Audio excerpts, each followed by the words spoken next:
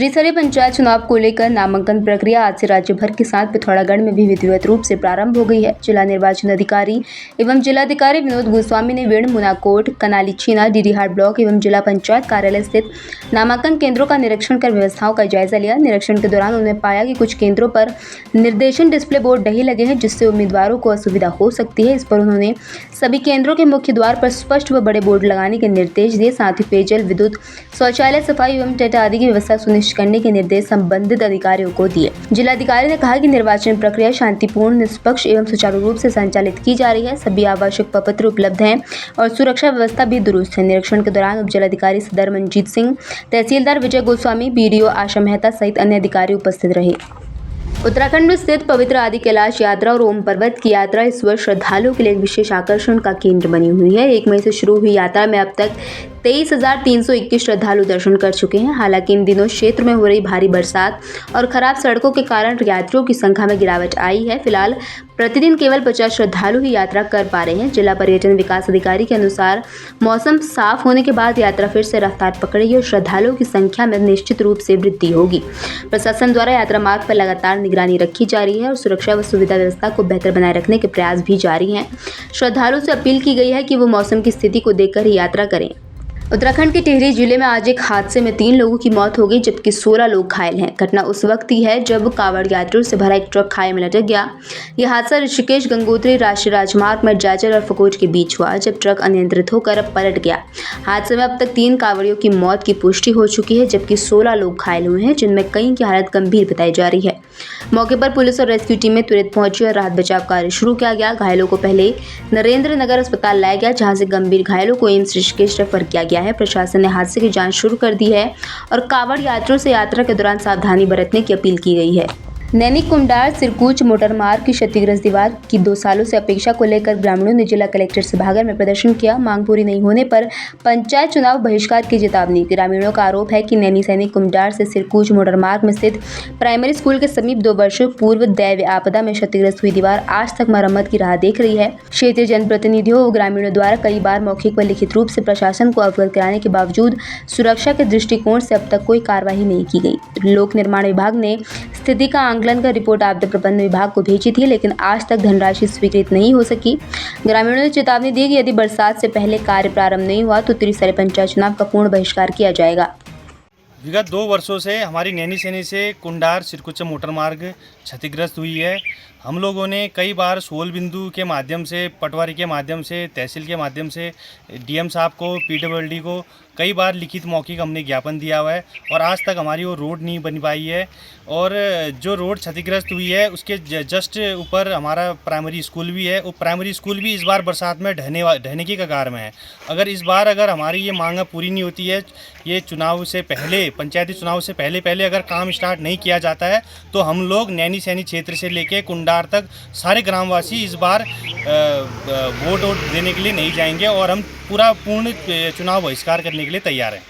भारत चीन सीमा से लगे उत्तराखंड के पिथौरागढ़ जिले के 52 गांवों के लिए बड़ी खुशखबरी है। अब इन दूरस्थ गांवों की वर्षों पुरानी बिजली की समस्या जल्द ही समाप्त होने जा रही है। सोलार पैनलों और सूक्ष्म परियोजनाओं के भरोसे चलने वाले इन गांवों को अब 24 घंटे बिजली मिलेगी, क्योंकि उन्हें राष्ट्रीय ग्रिड से जोड़ा जाएगा। केंद्र सरकार ने इस महत्वाकांक्षी परियोजना को मंजूरी दे दी है, जिसमें करीब 131 करोड़ रुपए खर्च होंगे। दारमा, व्यास और जोहार घाटियों के 52 गांवों के साथ साथ सीमावर्ती इलाकों में तैनात सुरक्षा बलों को भी इससे बड़ी राहत मिलेगी। इसके अलावा आदि कैलाश, पंचाचूली बेस और मिल्म ग्लेशियर जैसे प्रमुख पर्यटन स्थलों की यात्रा भी अब और अधिक सुविधाजनक हो सकेगी। प्रधानमंत्री मोदी की पिछली यात्रा के बाद से इस क्षेत्र में विकास की रफ्तार तेज हुई है और अब ये परियोजना इलाके की तस्वीर बदलने जा रही है। पिथौरागढ़ के मुनस्यारी क्षेत्र में मुनस्यारी मिल्म बीआरओ मोटर मार्ग पर रड़गाड़ी के पास भूस्खलन के चलते पहाड़ टूटने से मार्ग पूरी तरह अवरुद्ध हो गया। इस बंद मार्ग के कारण मल्ला जोहार क्षेत्र के मिल्म, बुरफा, मापा, रिलकोट, टोला, मरतोली, पाछू, गनघर, लुआ, लासपा और बिल्जू जैसे दुर्गम गांवों से पंचायती चुनाव के लिए नामांकन फॉर्म खरीदने और जमा करने मुनस्यारी आ रहे ग्रामीण रास्ते में फंसे हुए हैं। फिलहाल 5 गाड़ियां मौके पर फंसी हुई हैं। ग्रामीणों ने जिलाधिकारी पिथौरागढ़ से मांग की है कि मोटर मार्ग को तुरंत खोला जाए, ताकि समय पर नामांकन की प्रक्रिया पूरी हो सके और आमजन की आवाजाही भी बहाल हो सके।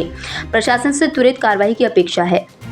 पिथौरागढ़ कोतवाली के जौखानी क्षेत्र में एक फर्नीचर कारोबारी ने मंगलवार सुबह अपनी दुकान में फंदा लगाकर आत्महत्या कर ली। मृतक की पहचान हरदेव शर्मा के रूप में हुई है, जो मूल रूप से बरेली के रहने वाले थे और पिछले 26 वर्षों से पिथौरागढ़ में फर्नीचर व्यवसाय कर रहे थे। बताया जा रहा है कि हरदेव शर्मा लंबे समय से आर्थिक तंगी और भारी कर्जे से जूझ रहे थे। हाल ही में उन्होंने अपनी एक बेटी की शादी की थी। उनके परिवार में 3 बेटियां और एक बेटा है। घटना के बाद पुलिस ने शव को पोस्टमार्टम कराकर परिजनों को सौंप दिया है और मामले की जाँच शुरू कर दी है। हल्द्वानी में पुलिस ने लिफाफा गैंग के 3 शातिर लुटेरों को घेर दबोचा है। ये गैंग भोले भाले लोगों को झांसा देकर लूट की वारदातों को अंजाम देता था। मामला तब सामने आया जब एक व्यक्ति ने हल्द्वानी कोतवाली में शिकायत दर्ज कराई कि रोडवेज के पास कुछ अज्ञात लोगों ने कार में बैठकर उसके साथ लूट की घटना का अंजाम दिया है।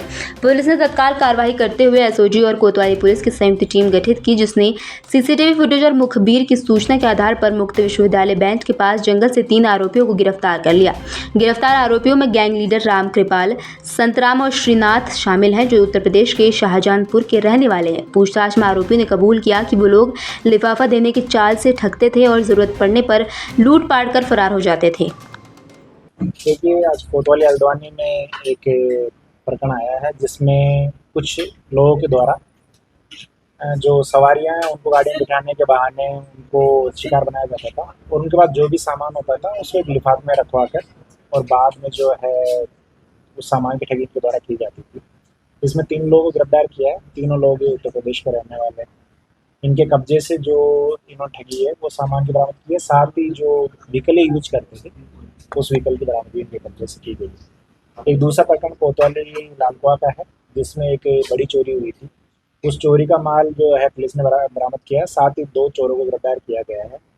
इनमें से एक जो चोर है वो काशीपुर थाने का स्टेट है और उसके खिलाफ ऑलरेडी बहुत सारे मुकदमे हैं। उसके कब्जे से एक अवैध तमंचा और एक बिना नंबर की मोटरसाइकिल बरामद की गई है। अब ये मोटरसाइकिल इसने चोरी की है और कहाँ से चोरी की है उसके संदर्भ में जांच कर। ऐसे जो व्हीकल से गिरफ्तार किया गया है, पकड़ा गया है, तो क्या सवारी उस पर बैठाती है या रोडवेज में या टैक्सी में बैठाया करते थे? देखिए, इनके पास अपनी गाड़ी थी और ये जब बस स्टैंड या रेलवे स्टेशन पर ऐसे लोग जो कहीं सवारी की तलाश में है या कहीं जाने के लिए कोई वाहन की तलाश कर रहे हैं उन लोगों को बिठाते थे और उनको कॉन्फिडेंस में लेके बाद में जो है उनको डराकर कि सरकारी गाड़ी है, इसमें जो सामान है उसकी इन्वेंट्री बनानी पड़ती है, तो एक लिफाफे में का सामान रखवा लेते थे और जब सवारी उतरती थी तो ये उनको अपना खाली लिफाफा पकड़ा देते, उनका सामान जो था वो लेकर ये फरार हो जाते। इनका कोई आपराधिक इतिहास भी खंगाला जाए, इससे पूर्व भी या घटना को अंजाम दे चुके हैं? इस संदर्भ में हम पूछताछ कर रहे हैं कि बाकी उत्तराखंड में या उत्तर प्रदेश के कोई ऐसे थाने जिनमें इस तरीके के और प्रकरण रिसेंटली आए हैं, तो उस संदर्भ में हम लोग पूछताछ कर रहे हैं।